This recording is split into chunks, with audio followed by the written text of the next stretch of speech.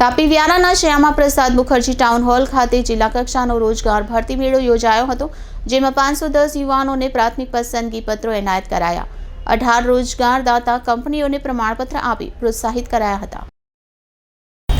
જિલ્લા રોજગાર વિનિમય કચેરી વ્યારા દ્વારા તાપી જિલ્લાના રોજગાર વાંછુક યુવક યુવતીઓ માટે રોજગારીની તક મળી રહે તે હેતુસર જિલ્લા કક્ષાનો રોજગાર ભરતી મેળો આદિજાતિ વિકાસ શ્રમ અને રોજગાર વિભાગના રાજ્યમંત્રી કુંવરજીભાઈ હડપતિ સહિત મહાનુભાવોની પ્રેરક ઉપસ્થિતિમાં યોજાયો હતો। આ પ્રસંગે આદિજાતિ વિકાસ રાજ્યમંત્રી કુંવરજીભાઈ હડપતિ ઉપસ્થિત રોજગાર વાંછુક યુવાનોને પ્રોત્સાહિત કરતા જણાવ્યું હતું કે ગત વર્ષના રોજગાર મેળામાં 400થી વધુ ભરતી થઈ હતી, ત્યારે આજે 916 જેટલી પદ માટે યુવાનોને રોજગારીની તક મળી છે, જેમાંથી 510 જેટલા ઉમેદવારોની પ્રાથમિક પસંદગી થઈ છે। એક છેવાડાના જિલ્લા તરીકે તાપી જિલ્લા માટે આ બાબત ગર્વ કરવા યોગ્ય છે। મંત્રીજીએ સૌ યુવાનોને પોતાનું જીવન સુધારવા માટે કઠોર પરિશ્રમ ખૂબ જરૂરી છે। પોતાની સ્કિલને એવી બનાવો કે તમે નોકરીથી વંચિત ન રહો।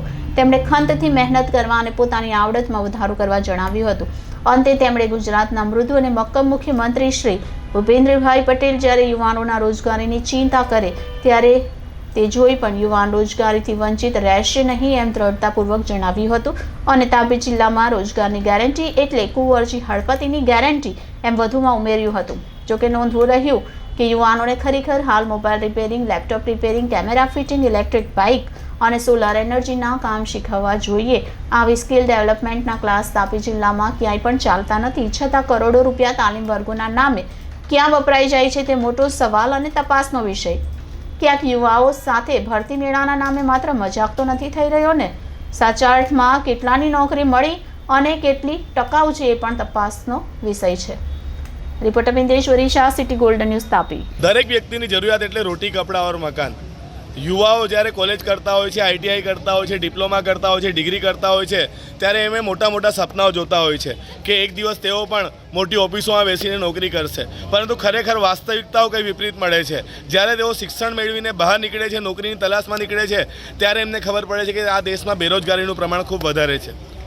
સરકાર દ્વારા આજરોજ તાપી જિલ્લાના વ્યારા ખાતે આવેલા શ્યામા પ્રસાદ મુખર્જી ટાઉન હોલ ખાતે 916 જેટલી જગ્યાએ ભરતી કરવાની ધારણા સાથે એક રોજગાર ભરતી મેળાનું આયોજન કરવામાં આવ્યું।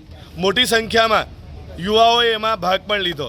ત્યારે આવો આપણે ખરેખર યુવાઓને મળીને જાણવાની કોશિશ કરીએ કે આ ભરતી મેળાથી તેઓ કેટલા સંતુષ્ટ છે, કેટલા લોકોને નોકરી મળી કે પછી ફક્ત સરકારી પૈસાનું પાણી થઈ રહ્યું છે, રોજગારીના નામે યુવાઓ સાથે રમત થઈ રહી છે, એમનો મજાક થઈ રહ્યો છે, એવું તો નથી ને? આવો આપણે એમની પાસે મળીને જાણવાની કોશિશ કરીએ।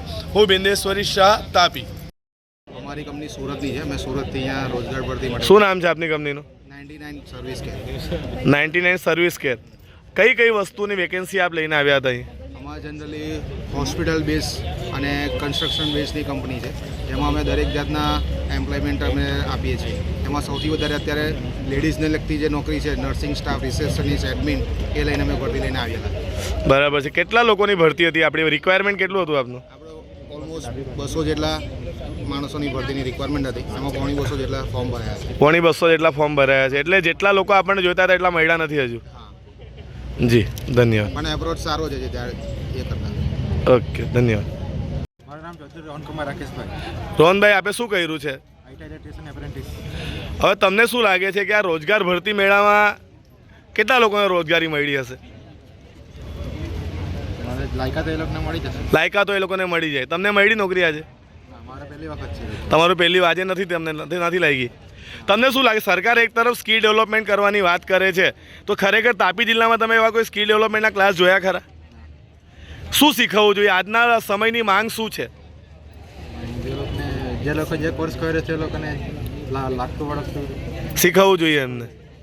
બરાબર છે। તમને શું લાગે છે કે આ પ્રમાણેના ભરતી મેળા યુવાઓ માટે ફાયદાકારક છે કે નથી? ફાયદા। મારું નામ ચૌધરી દિવ્યેશ સુરેશભાઈ। દિવેશભાઈ, આપણે શું કર્યું છે? મેં બીઆરએસ રનિંગ છે, બીએ કર્યું છે, આઈટીઆઈ કર્યું છે, એપ્રેન્ટિસ કર્યું છે ને 12 સાયન્સ। હવે આજે જે આ રોજગાર ભરતી મેળો રાખવામાં આવ્યો છે તેમાં તમને નોકરી મળી ખરી? ના, મેં પહેલી વાર જ આવ્યો છું અહીંયા। પહેલી વાર આવ્યા છો। હવે તમને શું લાગે છે કે આ પ્રમાણે રોજગાર ભરતી મેળાઓ થકી કેટલા લોકોને રોજગાર મળતો હશે? જે લાયક હશે તેને મળતો હશે। 916 જેવી જગ્યાઓ પર આ લોકોએ નોકરીની વાત કરેલી, કદાચ 916 તો અહીંયા લોકો પણ ઉપસ્થિત નહીં હતા, તો બધાની નોકરી મળી ગઈ ખરી? ના, બધાને તો નહીં મળે। તો તમને શું લાગે સરકારે લોકોને રોજગારી આપવા માટે શું પ્રયત્નો કરવા જોઈએ? આ લોકો કહે છે કે ભાઈ તમે સ્કિલ ડેવલપ કરો. તમને આજ સુધી તમારી આસપાસમાં કોઈ સ્કિલ ડેવલપમેન્ટના ક્લાસ ચાલતા દેખાયા? ના. તમને કોઈએ કીધું કે તમને મોબાઈલ રિપેરિંગ શીખવવામાં આવશે, લેપટોપ રિપેરિંગ શીખવવામાં આવશે, સીસીટીવી કેમેરા ફિટિંગ શીખવવામાં આવશે? આવું કોઈ સ્કિલનો કામ તમને કોઈ શીખવવા માટે કોઈ સરકારી ક્લાસ ચલાવતા દેખાયા ખરા? ના. તો તમને શું લાગે છે સરકાર આ રોજગાર મેળાઓ થકી યુવાઓ સાથે ખરેખર ન્યાય કરી રહી છે કે મજાક કરી રહી છે? ન્યાય તો કર્યો છે, જે લાયક હશે તેને મળશે. હવે આનંદભાઈ તમને શું લાગે સરકારે કેવા કોર્સ ચાલુ કરવા જોઈએ? સરકારે સામાન્ય રીતે જોઈએ તો સરકારે ઇલેક્ટ્રોનિકના કોર્સ ચાલુ કરવા જોઈએ. કયા પ્રકારના? Laptop repairing, mobile repairing, motor bike ઇલેક્ટ્રોનિકવાળી આવે તે રિપેરિંગ, સીસીટીવીનું, એવામાં આપણે જાતે કામ કરીને રોજગારી મેળવી શકીએ. આજ સુધી તમે તાપી જિલ્લામાં કોઈ પણ તાલુકામાં, તમે કયા તાલુકામાંથી આવો છો? વ્યારા તાલુકા. તમે કોઈ બી તાલુકામાં આવું સાંભળ્યું કે ઈ બાઇક રિપેરિંગ શીખવતા હોય, લેપટોપ રિપેરિંગ શીખવતા હોય, સીસીટીવી કેમેરા ફિટિંગ શીખવતા હોય, ડ્રોન ઉડાવતા શીખવતા હોય, આવું કોઈ સ્કિલ ડેવલપમેન્ટના ક્લાસ ચાલતા હોય તમે સાંભળ્યું? નથી સાંભળ્યું. તો તમને શું લાગે છે આવું શીખવવું જોઈએ કે નહીં શીખવવું જોઈએ? શીખવવું જોઈએ. આઈટીઆઈના કોર્સમાં પરિવર્તન આવવું જોઈએ કે નહીં આવવું જોઈએ? એમાં બી એક જ તે જ કોર્સ રહે બધા. એકના એક કોર્સ વર્ષોથી ચાલતા છે.